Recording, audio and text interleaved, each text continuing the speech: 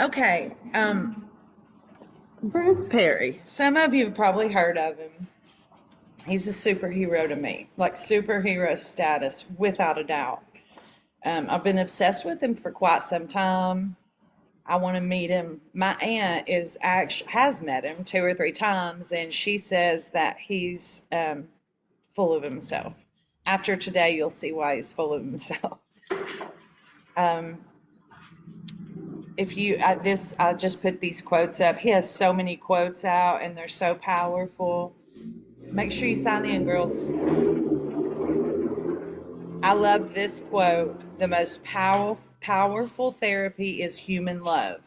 And he has set out to prove that. And he has. And whether these kids will like school or hate school, will accept education or say, like my kid, school sucks. Every morning, it's a battle to get him out of the bed. And I know why.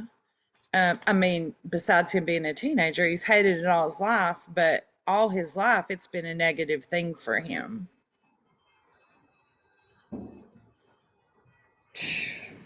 Okay.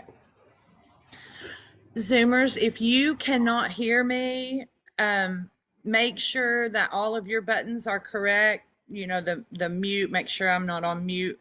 And you may go ahead and sign out and text me, and you may watch the video and take the quiz. We have very unstable internet right now, so we're just trying to make it through.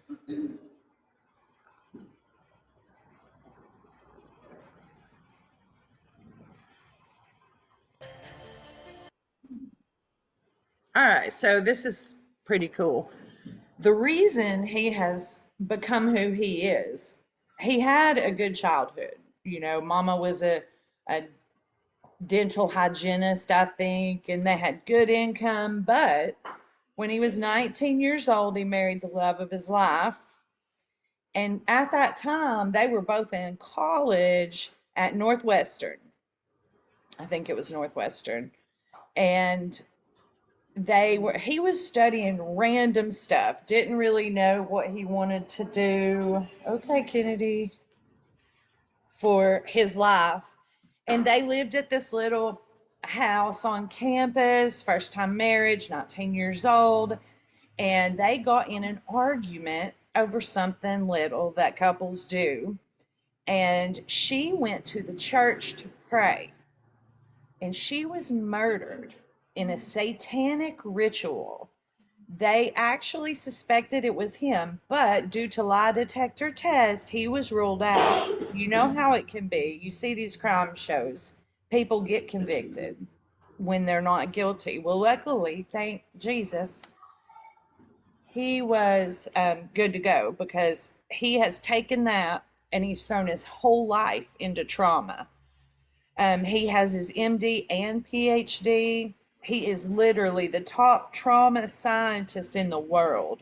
He has invented so much stuff. He is the first guy to ever study the effects of trauma on the brain. Oh, there are kids here. Without her death, and so I don't want to say her death was meant to be. Without her death, maybe he would have still become this, but you're going to see how much he has given to the world about brain development. He also, I thought this was cool, Columbine, the movie theater shooting, all those big old mass shootings, he's the consultant. He comes in and like helps them get through it.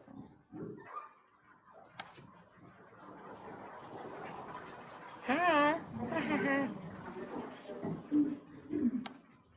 And that's a picture of her. They found out later, if you have ever heard of the Son of Sam, he was a serial killer. The man who murdered her, and it was a gruesome satanic scene. And she just went to pray. And he was a copycat or somehow linked to the Son of Sam. He was the janitor at the church. And they did not convict him. That happened in 1974. He was not convicted and charged until 2018. And they have linked him to many other murders, and it's because of DNA, all the new stuff that's come out. Where they do that genetic testing or whatever, and it's kind of new. That's how they caught him. So, you know, Bruce is doing all of this cool stuff, and he finally finds his wife's killer. Oprah Winfrey is also obsessed with Bruce.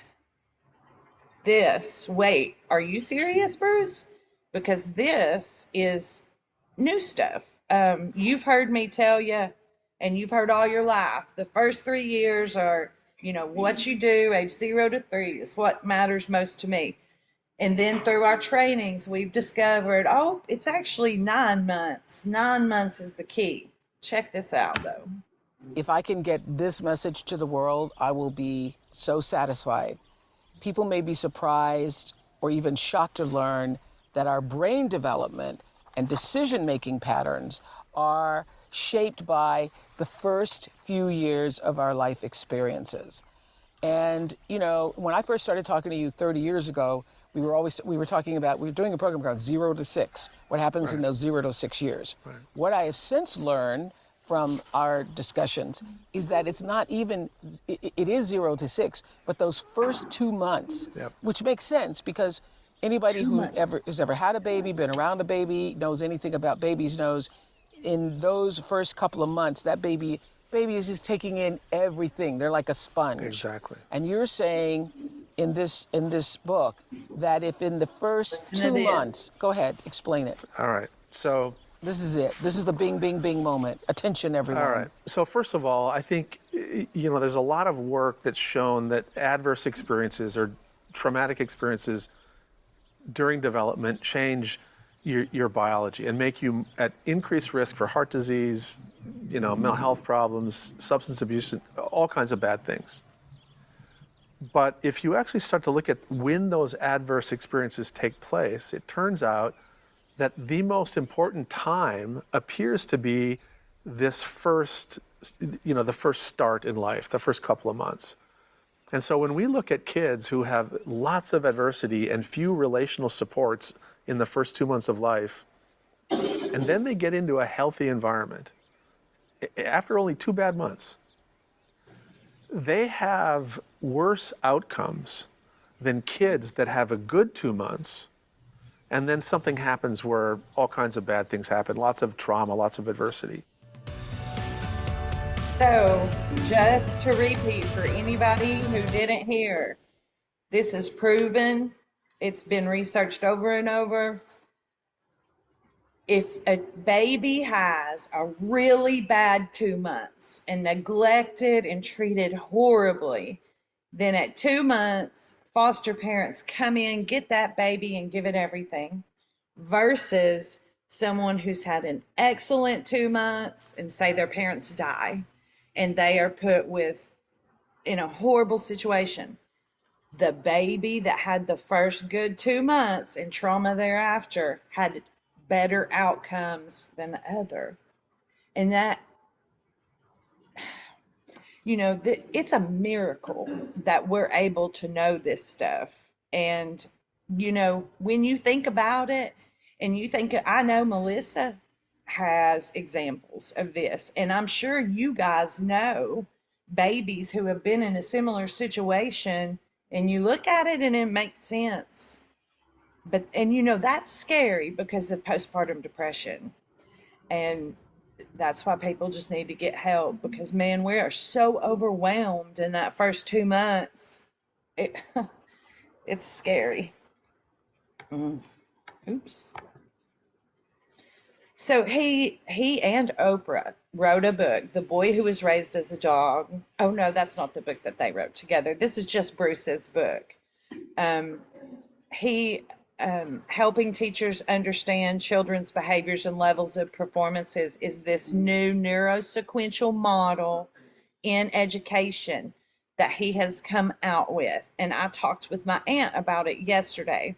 And again, in this circumstance, after you get this information, you're going to go, makes sense. Just never thought of it before. It's brand new stuff. I have never heard of it.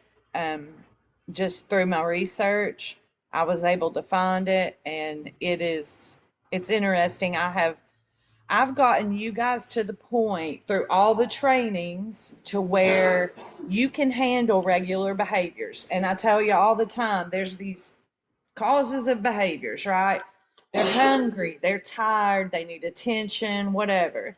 Then there's a certain percentage of children that have issues, and I've always said, I don't know what we can do. Medicine, therapists, there's nothing we can do. This is for those kids. So it's come full circle. We have the information now on YouTube. I've put all of it together to handle all of it. It's not going to work if you don't make your teachers do it, or if you don't do it as a teacher. Okay. Oprah and Bruce did a book, What Happened to You? It's a fabulous book. If you need something to read, get it. Anything from Bruce Perry, you're going to love. And this is just saying that a response from a child is often not conscious. It's in their subconscious and results in behaviors that are more reactionary than deliberate choice. So rather than saying, what's wrong with you? And this is for your husbands too, or whoever you deal with. We say, what happened to you? Because there's a reason. So you're going to replace that. You're going to start saying what happened to you and not what is wrong with you today? What happened last night? That is one of the most important things he says that we can do is change our thinking. Oops. Oh.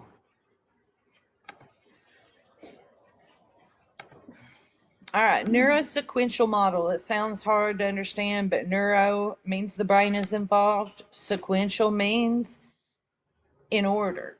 So the brain develops in a certain order. And if you are going to be successful as a teacher, because this is part of education, you got to follow the rules of the brain, not the rules of what so and so's been doing this for 30 years and she says that's the way we should do it. I've been doing this for 60 years and by golly, my method works. If you want to really reach the kids, you got to follow the brain, because we can't, no matter how much we think that we're doing the right thing, if you are going against the kid's brain, you're not doing the right thing. Okay, I'm not going to get off on a soapbox.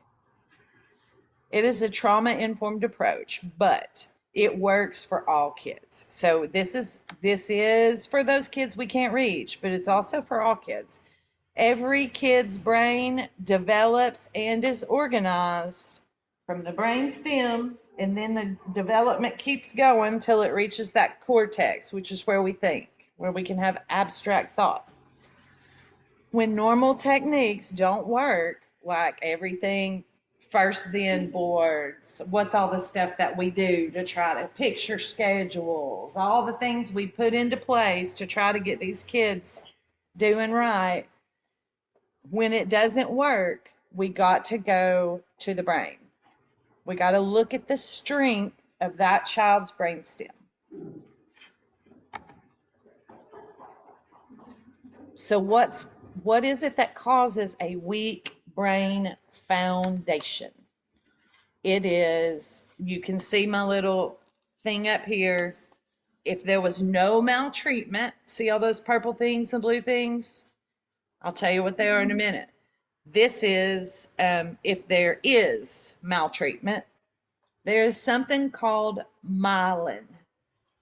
Myelin is an insulator. You can even think about in your house, right? Insulation. So what it does is it forms around these nerves. It's like a cushion. If it's damaged or not thick, your impulses don't go fast. The more myelin you have, the faster it goes. And you know, when they say babies need whole milk, that whole milk, that fat helps develop that myelin. Sometimes it could be just because this baby had an intolerance to milk. or whatever, physical reasons that the myelin didn't develop. Autism has been linked to myelin.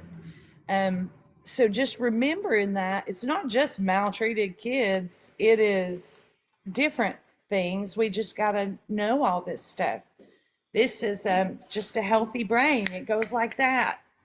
This brain does not. And I know you guys have kids who just don't get it. And you're like, why are they not listening?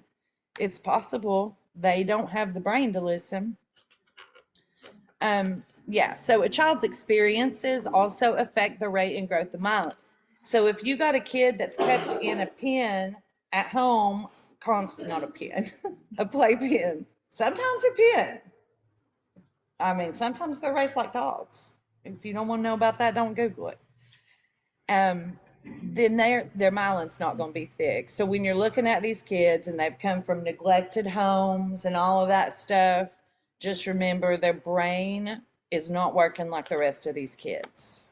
I was always told that the neurosequential many years ago, and I did on neurosequential classes, it's kind of like pruning, like of a plant or a tree or a bush or something. Uh-huh.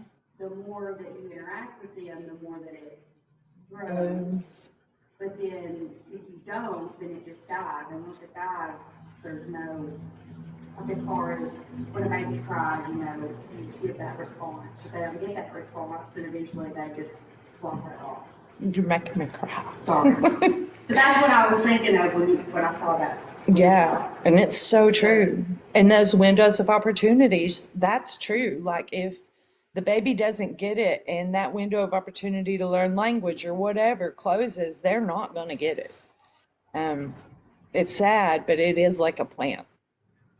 Okay. Yeah, that's what the next thing is. Do you remember the blooming and pruning? That's what Tara was just talking about. If you feed a child lots of great stuff over and over and over again, that blooms in their brain. And if you do not, it gets pruned out. So if you're thinking about that kid who has no experiences, all of those neural connections that might have started, it gets thrown out. And what ends up in his brain is how to stay safe, how to stay alive, and that's all stuff that happens at your brain stem. And so the child's cortex is in bad shape. So this is so cool. Cortex to cortex, okay? So I have told my son about this, my husband, everyone, because this is so cool. So what happens is when I am talking to you, my thought starts up here in my cortex, and then it goes to my emotional middle part of my brain. And what my emotion center does is says, okay, Jennifer, when you say this to her, is she going to get mad at you?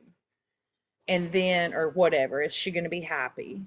And then it goes to my brainstem and it says, is she going to get so mad she's going to hit you or whatever? And it comes out, my sound waves come out. It goes into your brainstem at the very bottom. And it said, your brainstem says, is this a threat to me? What she's saying, is this a threat? It goes, and your emotions attached to it. And then it gets to the cortex. Isn't it crazy?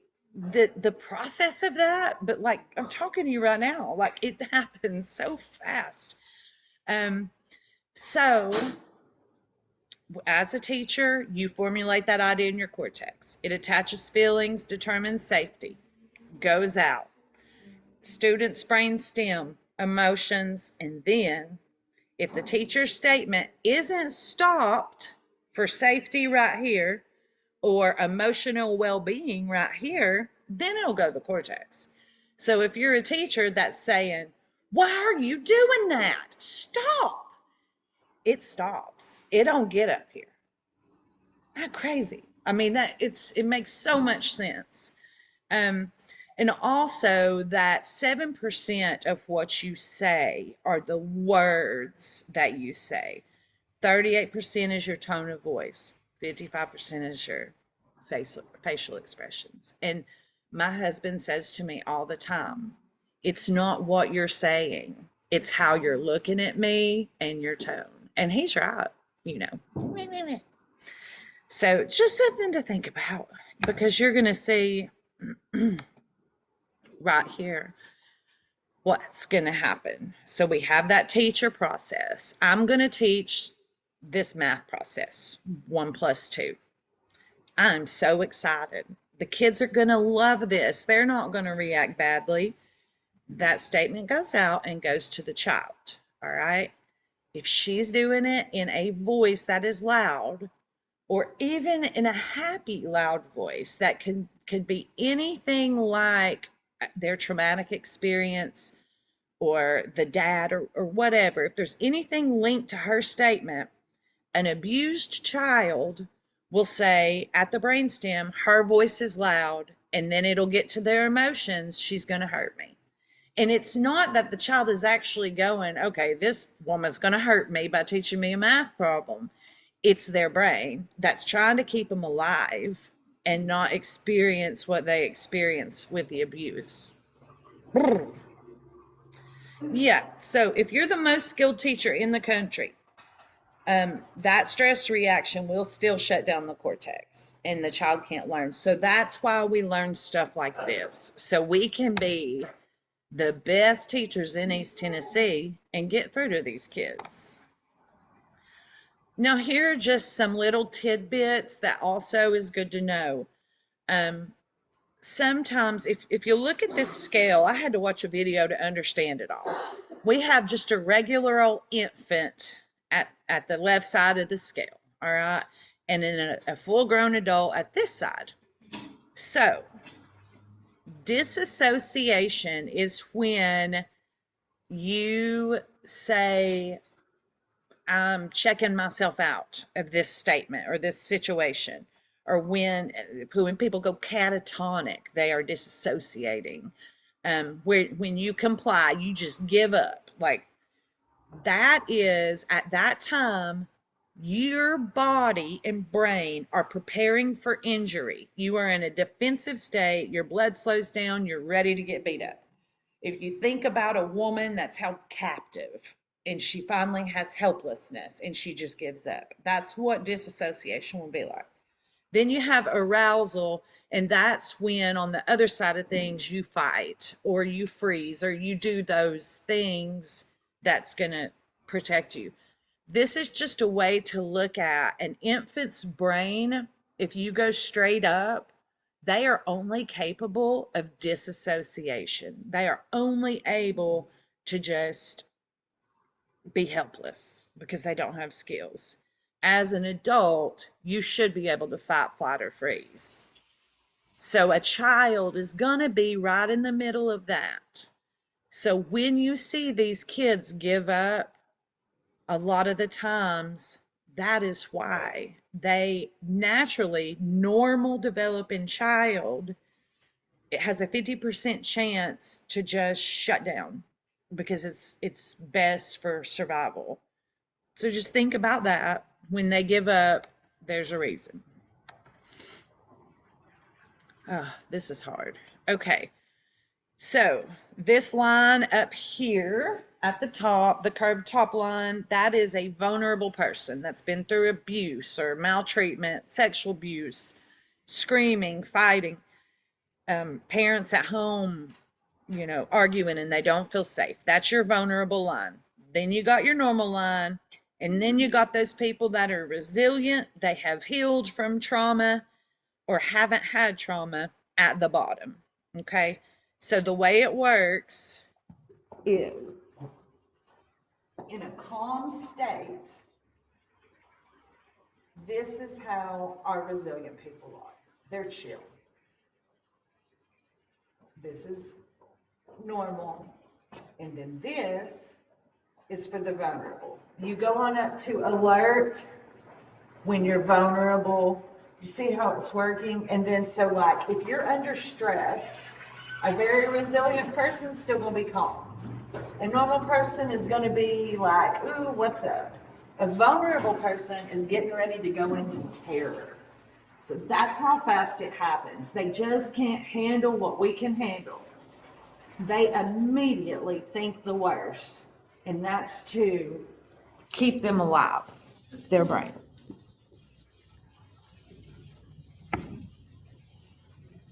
When they're stuck in primitive mode, these are the things that they're gonna be thinking. And primitive mode is what we talked about, where you're at the brainstem or you're at the middle of your brain and not at cortex. They cannot attach to you by you just saying, come here and let me hug you. You're going to find out what you can do to get them attached to you in a minute. They cannot learn. They're 4 years old with their birthday, but they're 2 years old in their brain. They have to have consistency, repetitive movement. Those are the things that fix it. We're fixing to get into that. Dancing and music. If you force them to learn when they are in this phase, you'll see in a later slide more detail, it actually hurts them worse. And they get negative associations with learning and usually don't do well at school. Just another little piece. This is about tolerance and how hard it is for a child that has been through that stuff to have tolerance. I didn't study this one very well, but everybody has a window of tolerance, and you're either hyper tolerant or hypo tolerant. And the children who are stuck in their brain stem really have zero tolerance. So when you got another kid that'll put up with a lot, those kids will not. They will break down like that fast. This is the thing about, he's put out about rewards for these kinds of kids, all right? Regulated children, they can do rewards all day long. It usually works. I mean, I know it works with mine. Dysregulated children cannot. It actually makes it worse. So when a kid is dysregulated, they can't choose. They can't do this or this up here. So if they're dysregulated and they can't get to that brain, and we say, hey, if you don't stop that right now, you're not getting a sticker, then they are going to be like, I don't care about your sticker. I mean, they can't register that. If I do this, I'm going to get this. So that's why behavior charts just don't work for kids like that. They can't learn new skills. They can't learn how to manage stressful situations until they feel safe. It's just part of the brain. Do your behavior charts work for your children who have been through trauma? Just think about that. I would like to know real examples of that. Like, does it work long time? Have you ever had success with a child who is stuck in their brain stem over time for rewards? Like, does it change their long term? I will say has, for those who don't know who has autism. At first, maybe the first 2 or 3 times, Maybe the first 2 or 3 times it works for you Zoom works. people. But then after that, even like now, he's 8, he'll say, what do I get, mommy? Yeah. And it's like, well, you just need to, no. When I'm pick up your clothes, what am I gonna get? And he'll say that first, just like this morning. I was like, Titus, you want some sausage? What do I get? I was like, oh, you're not hungry? No, I have a cookie. I was like, no, we need some sausage. And I'm not eating. Yep. And that's what happens. And it talks about that, later on, that it might work for that honeymoon phase, and then it doesn't. And really, like, even for regular kids, and I know y'all know this, and sometimes we're just desperate and we're like, just please, I'll give you this if you'll just stop. But it doesn't fix behavior, obviously. It just teaches them, I always need a reward. Like, they have the intrinsic rewards and extrinsic, where intrinsic is giving them hugs and making them feel good inside. And that is what the rewards that will change behavior, not here's a sucker. What I was gonna say is kids that, because used to, we were able to live up with our kids, like forever. Like I had a group of kids now that are in high school, but I had them from the time they were a year old to kindergarten. And That's so I was dreamy. very attached to them. They were very attached to me. But we had such a good bond, sometimes it worked against me because they were so used to me that if they misbehaved, it's kind of like your parent, like, no. Exactly. But I would always say, look at my face. Like, do I look like I'm happy? Do I look like I'm sad? You guys want me to be happy? Yeah. So like teaching them that kind of stuff. But like you said, you have to have that bond with them or that relationship with them That's right. first. But then sometimes they're too used to you as far as that standpoint. So it can be either way. And that, you know, when we talk about, like, Ella is so good all the time when she's out. I mean, last night she had such a crazy fit that whatever. I have to do tricks with her all the time to calm her. She's horrible at home. Same way, same thing. Yeah, I mean, we're if the you've same been way. with them for 4 years, they are going to show you their true emotions. They're not going to be Because putting they on know a no show. matter what, you're still going to be there. That's right. You good, baby?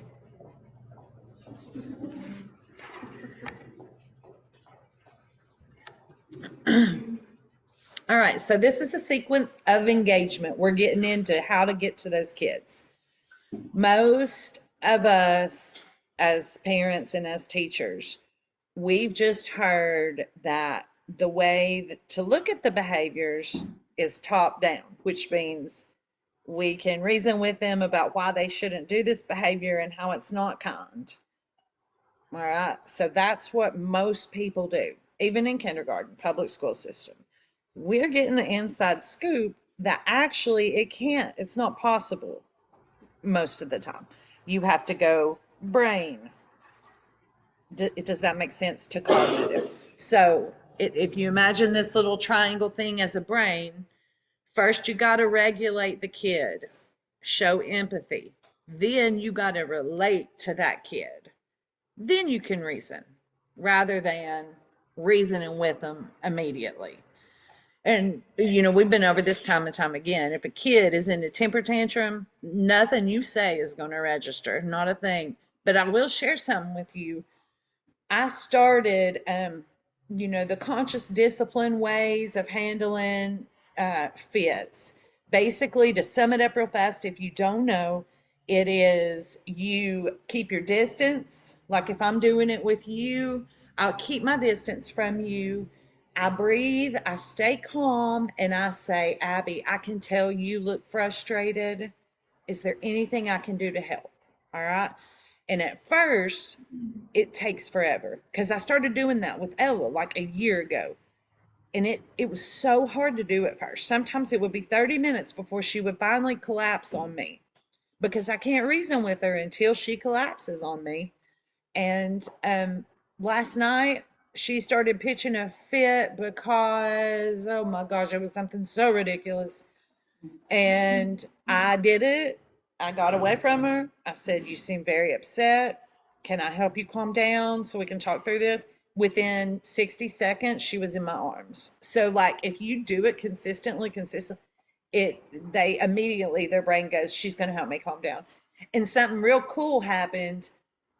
She about a month ago, I did it with her. I calmed her down. The next day, I was walking by and she goes, hey there, lady that knows how to calm me down. I mean, so like it means so much to them and they will respond to you if you try. If only I would have known this stuff when I was raising Kennedy. What? Oh my, yeah. When you're older, Oh yes. Oh yes. Yes, this is, in my opinion, I hope y'all can hear it, one of the Brought to you best through the videos regional out there. support of First Five Fresno. It always starts about 20. Well, part of what I was talking about is that the brain actually is a big set of interrelated systems. And only one of those systems is sort of involved in cognition, thinking. A lot of these other systems are involved in motor movement, they're involved in emotional regulation, but they're all interrelated. So what we know is that the brain kind of is built like a layer cake. that early in life the lowest part develops, and then the middle part, and then the top part. And the top part is where the cortex, the thinking part of the brain is, where we learn ABCs and geography and algebra. And if these lower parts of the brain aren't well organized and not functioning properly, the top part's not going to be effectively organized or functioning properly.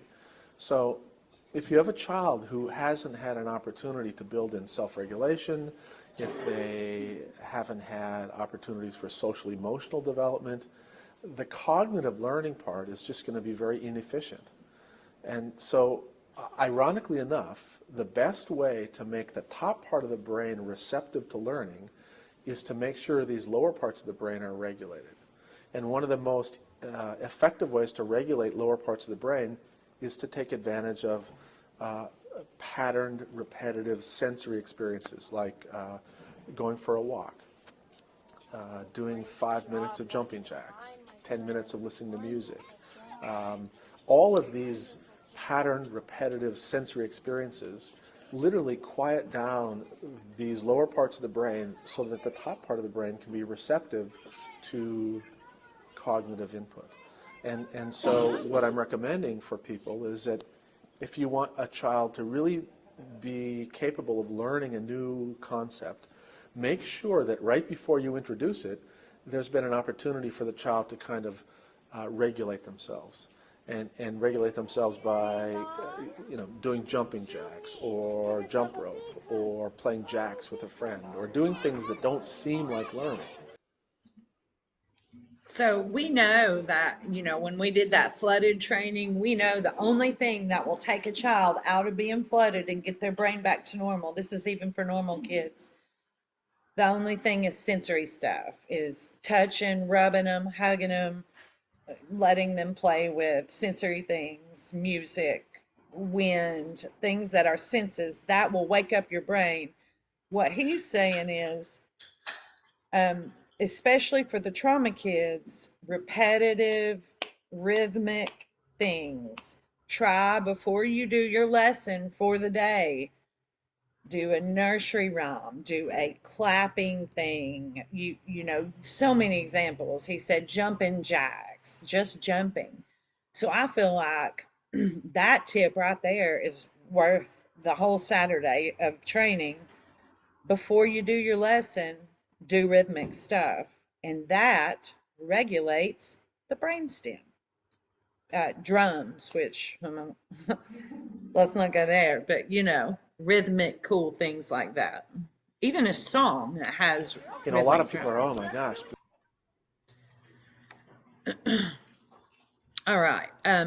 This is one of those that you would probably have to take a picture of because I'm not going to spend forever on it, but it's real cool because it shows us that when a child is calm, when a child is calm, they can think abstractly if they're in the age where they can.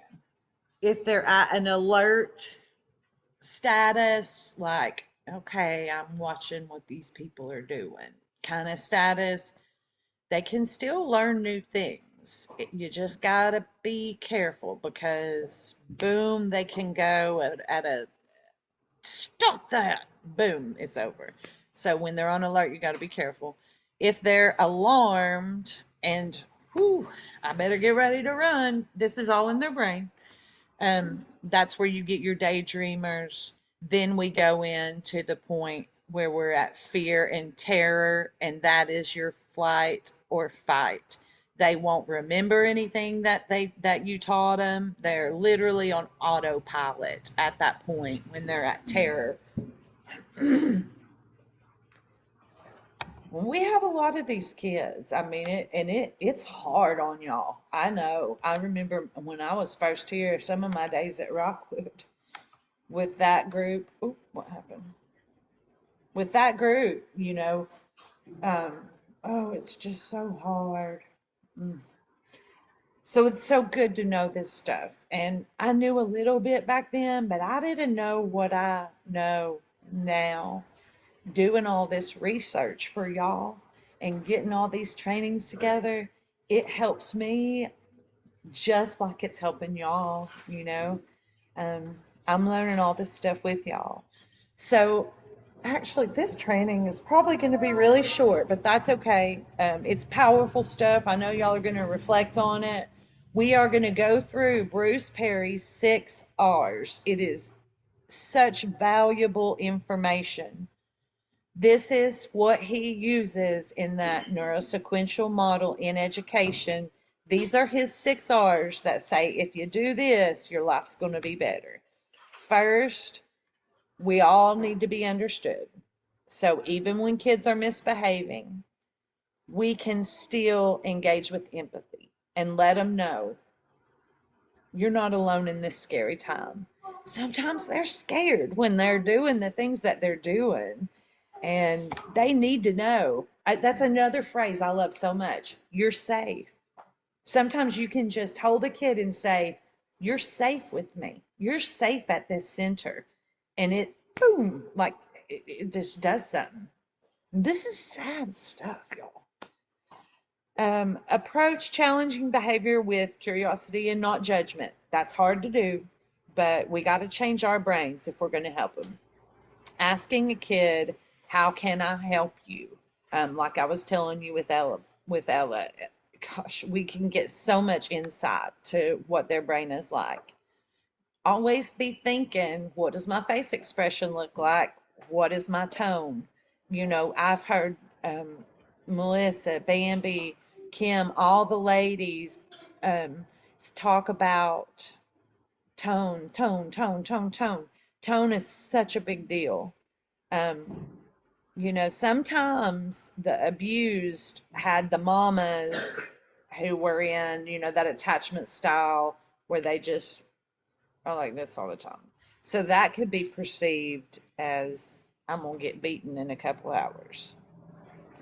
Oh, and also they don't recognize they really struggle with identifying facial expressions. It's another thing I learned. Like I think that's why they really push for us to show faces of emotion. You get so much of that. Because we've talked about this before. Licensing, they don't say, well, I decided I want to put this rule in place. They have to go by this stuff too. So that's the reason you're seeing a huge push for emotions, or one of the reasons. They crave relationships, but at the same time, it's overwhelming and triggering. It's just like, I don't know if you guys have ever had an anxiety attack, but it's like you want somebody there with you, but you don't want them to touch you. You know, it's kind of like that. They want it, but everything works against it too. Just working side by side at the beginning is enough. I can't tell you how many times when I was young, I would say, Jared, I know you don't understand this, but I just need you to sit outside with me. Don't talk to me. Don't look at me. I just need your presence there. Huh? Well, he would go, whoa, this is stupid. And I would be like, please, just do it. And he would. Oh. Oh, and eye contact can be a threat to them. Just remember, on the relevant side of things, it's brain age and not birth age. Um, Renaming that child has horrible behaviors to that child has lack of skills. You would be shocked at what your brain does when you start calling it lack of skills rather than bad behavior. That was the Zoomer. And sometimes it's not because they've experienced trauma or something's wrong. Sometimes it's they can't hear or they can't see, or because you don't really have to get your kids tested for stuff like that till they start school. That's right. So that's something from Kendall because she couldn't see as a baby, and that's why she wasn't walking. I always like, okay, well, can they hear you? You know, have you had their hearing checked? Because that's one of the first things CIS will do. Check their hearing, check their vision, all that stuff to rule all that out before they. So sometimes. So bad behavior As simple could be as hearing. something that they can't do, but they don't know how to say, they think everybody sees the same way they do, hears the same way they do. That's something that frustrates me with Kendall's kindergarten teacher. She was like, well, didn't she tell me she started laying on the computer screen? I'm like, no, because she thinks everybody else sees it the same way she sees it. She's 5. Yeah, they're all just like me. Me. That's a really good point. Medical stuff can present as the same as this. Always keeping that in mind. Whew. Um, Rigid expectations. Be careful with those. Be a teacher and a supporter rather than sit down, be quiet. That stuff comes like at age 5 and 6 when they become able to do that stuff. And that's what the kindergarten and first grade teachers are for. Our 3 and 4 year olds don't need rigid. They need support. Notice who's lacking a skill, strategize, think about it.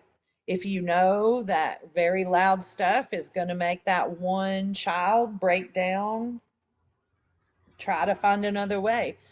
If the idea of sleeping at school causes major meltdowns, get a different plan.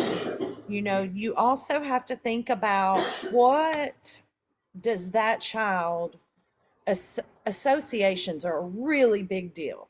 So you put out those nap mats, and you've got 15 kids that lay straight down and go to sleep. But then you got a couple who flip out. We don't know what they associate bed with, and I hate to bring it up, but I got to.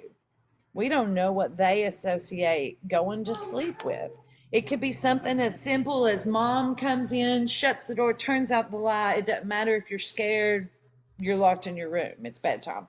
Or it could be something a lot worse that I don't want to talk about. But we just have to remember that if a child is freaking out at nap time, consider it's not just because they want to freak out, it's because their brain's freaking out. Repetition, we know this. Routine, consistently. We got to repeat those expectations all the time. Um, does this even, like, if always remind them of the rules before the activity begins? Do this even if you do feel like all the kids know, still do it every day. Rewarding them, we've been over that. If an activity or a relationship feels good, we're going to want to do it. If it doesn't feel good, we want to avoid it. So those intrinsic rewards we talked about, almost always they're going to return to that activity if they're getting love and they're getting patience then, rather than, hey, if you be quiet, here's the Smarties. Oh, you're not going to get a Smartie because you didn't do this the way you were supposed to do it. Guess what? The next time you do whatever activity it is you're doing, that child's got a negative association. They're going to be like, I'm going to throw down right now because I ain't doing that again. So, intrinsic rewards, be calm, don't be rigid for these young ones. Just, always remember we need to use children's interests, and we need to think about that, take notes. I love that when teachers take notes on what kids are interested in, and then they try to teach counting through cars or through babies. Again, the rhythm, that's what we're here today to know. The most common rhythmic regulation techniques are rocking and singing. If you got an infant, rock, sing, rock, sing. You might not do the rocking with that 11-year-old, but we can listen to music. Create playlists for your classrooms, 60 to 80 beats per minute. You can just Google it and say what songs have 60 to 80 beats per minute. They mimic the heartbeat. It's so cool. So those songs are great, 60 to 80. Hand clapping games, dancing, drumming, swinging. I have to tell you, Kennedy, that guitar, and honestly, I didn't think about it until I put this training together. Anytime she's in freak out mode, or she's struggling, or she's crying, which might be a lot, she's on here. She gets that guitar, and it's that strum, and she's like, "Oh, I feel so much better after I play my guitar." Britain did when my kids had a traumatic thing happen, not physically but emotionally, and they were both assessed by my aunt on Bruce Perry's scale, what they need to overcome this. And I didn't realize until this training the results of Britain.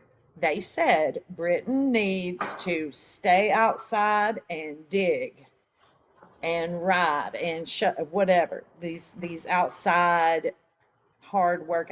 It's because he needed that rhythm, and it's crazy. But I was very lucky to have them assessed on that. So that's what we did for Britain. Britain stayed outside all the time, and now he's a teenager and he doesn't leave his room. Just remember, emotions are real. They're silly sometimes. But for these little guys, if they are communicating in ways that really irritate us, just know that they're expressing the feelings the only way that they know how, the only way that they've been taught. And that's why we're here, to teach them how to express it better. Just something else to throw in there. Being aware of the impact of race and culture on adopted or foster children. This was added in there. I wouldn't have thought about it for a second. But if you have foster or adopted children in your room of a different race than the people taking care of them, that they say is so traumatic for them. So if you got those kids and they're really having a lot of behaviors, it's very possible, probably possible, that is a big reason. So, Doesn't speak English. oh, Very it's few so have. And so I told his teacher, Melissa, I said Alexa how, like, find some things that you can say to him in Spanish or how Alexa says it in that way. He can understand because, I mean, just think how scary that would be. wow. So you can say, I won't say Alexa because she'll listen, but You can, I didn't or know you could do that. Hey Google, how do I say you're okay? Because I mean, I wouldn't know how to say But I it. bet they do that. I bet you can But say, your Alexa. colors and your body parts all day long, but I can't tell you you're okay. Me either. So that was just something for her because back many years ago, you remember Mary Jolica? She did not speak, but mom spoke only Spanish in the home. Mom could speak English, but I had a little girl in my class, she did not speak. But it's because when she was at school, everything was in English. When she was at home, everything was in Spanish. So she just didn't speak. And then we have Alexa. I bet you could say, hey, Alexa, say everything's okay in Spanish. I bet you could do that. She's going to say a lot better. So Melissa, if you're on here, you should try that out, experiment with it. That's really cool. We have so many great tools now. A while back we did a teaching styles training. Some of us were power patrols, and then there was all these other types of, and if you want to find out what kind of teacher you are, you can go back and find that training. But this is for the ones that were power patrols. And when adults use power during a conflict with the child's gonna fight back, run, or disengage. You can see how intimidating that first photo is compared to that second one. Yeah, when the motivation is fear, I'm just going to scare this kid and they'll behave. It just doesn't work. There's just no way it's ever going to work. And it definitely will never change behaviors. They might be super scared of you and be good in your presence, but nothing changes inside of them. Just that you're scary. That's it. When an adult reduces that power thing, the conflicts go away so much easier. And this is your example, knee to standing over a child. Calmer voices. If the adult gets smaller, quieter, and softer, but sticks to the plan and does not cave, the child's going to resolve the problem faster. So you can still be routine, structured, consistent, and have a calm voice and empathy. Trying to scare a child into behaving just takes no talent. All it does is intimidate a child with threats. So, like, and taking away candy only makes the child's behavior worse long term, and it shows no talent of the caregiver. We have all this information at hand, and so we can use it. We are better than that. This is just a simple chart. A regulated child and adult equals a regulated child. And then you can see as we get down here, a dysregulated adult and a regulated child dysregulates the child. Makes sense. Just another suggestion, teach the brain. I told a school ager the other day, the next time that your hand or foot starts to throw food at somebody, I want you to say, hey, brain, stop. Stop me from throwing food because I'm going to have to sit down in a chair if I don't. And he was like, what? I was like, yeah, tell yourself that over and over, and your brain will learn not to throw food. So talk to him about it. Tell him you're in charge of your brain. Tell it what to do over and over every day. It's going to learn to do it. I think it's super important. Like, oh, and it comes back to bite me sometimes because Ella will go, but my brain's still developing. I'm learning. That's why I did it. This is that attachment bit. We've already been through attachment in many trainings because it's so important. But there is a woman that set out to prove that a child is more resilient than we think they are. You have secure attachment, you have avoidant, disorganized, and secure. I'll pull all that up and let you take a picture if you want to go over it again. But what she says is a child can start out with a bad attachment and then they can move to a good attachment. They can also feel secure in your classroom and not secure at home. Whereas before they thought, an insecure child is an insecure child, period. No, that is not true. And then, as the providers of early childhood children, we're either going to advance them or we're going to keep them the same. We don't hurt them. So we're going to be that secure attachment. Because guess what? We got all the information to know how to do it. There's your little attachment styles. Not going to go over it. You can take a picture if you want. It makes me cry every single time. So I'll give you a couple of seconds to take a picture if you want. You wanna get some tears out today?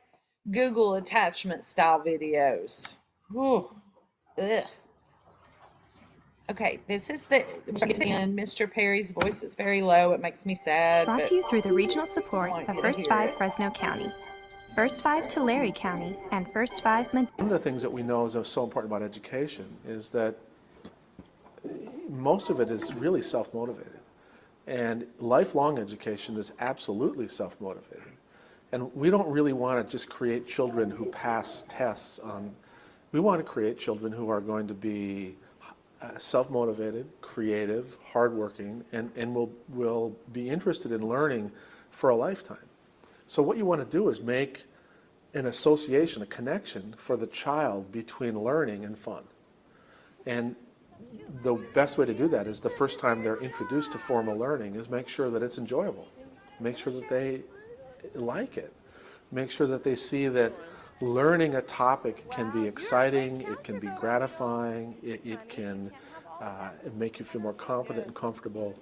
And all of those things lead to a sense of accomplishment and a sense of joy in learning that will be much more important in the long run than the fact that they were able to identify a rectangle versus a triangle when they were 4.